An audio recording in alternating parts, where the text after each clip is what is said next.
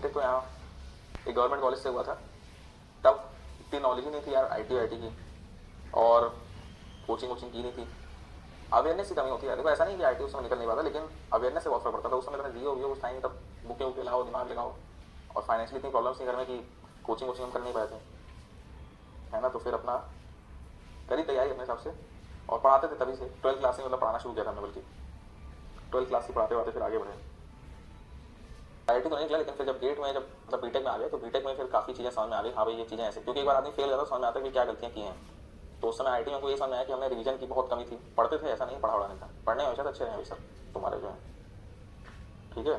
तो पढ़ने में सर अच्छे थे, लेकिन हमको जो समझ में आया कि फेलियर इसलिए आया क्योंकि अवेयरनेस नहीं है, पता नहीं है कैसे क्या करना है, टेस्ट सीरीज की इंपॉर्टेंस नहीं समझ में आई, रिवीजन नहीं करा हमने ज़्यादा, और नंबर लाने के लिए क्या क्या चाहिए वो अलग चीज़ होती है, और नॉलेज गेन करना अलग चीज़ है। तो हमको चीज़ें पता तो सब थी उस समय, आई में भी हमने फिजिक्स केमिस्ट्री मैथ्स भी बहुत पढ़ाई हुई आई वाली, लेकिन नंबर लाने लायक नहीं थी वो, है ना। कि किस तरह से ट्रिपल ई के क्वेश्चन या आई टी जेई मेन्स होता था उस समय, उसके क्वेश्चन में वो अलग बात होती थी, ठीक है। तो फिर हमने जब बीटेक में थोड़ा और पढ़ाना शुरू किया बच्चों को, बीटेक में मैंने बहुत पढ़ाया है 11th 12th के बच्चों को, और आई टी जेई के बच्चों को पढ़ाते थे, तब जाके समझ में आया कि भाई कैसे पेपर निकालें। तब हमने जब गेट की तैयारी करी तो हमने वो सारी गलतियाँ इंप्लीमेंट करी दोबारा से, कि रिवीजन बहुत इंपॉर्टेंट है, टेस्ट देना बहुत इंपॉर्टेंट है, क्वेश्चन लगाना ज़्यादा इंपॉर्टेंट है थ्योरी से। तो हमने क्वेश्चंस की वैल्यू को बहुत समझा, और सवाल बहुत लगाए, रिवीजन बहुत किया, शॉर्ट नोट्स थोड़े बहुत बना लिए इंपॉर्टेंट, रिवीजन बार बार करके, टेस्ट की प्रैक्टिस करके, प्रैक्टिस मतलब बहुत करी।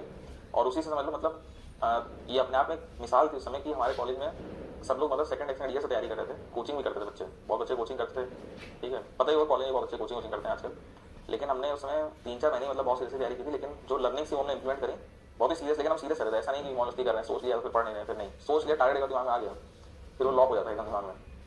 तब जाके हमारी जो है पहली बार में 300 रैंक आई थी।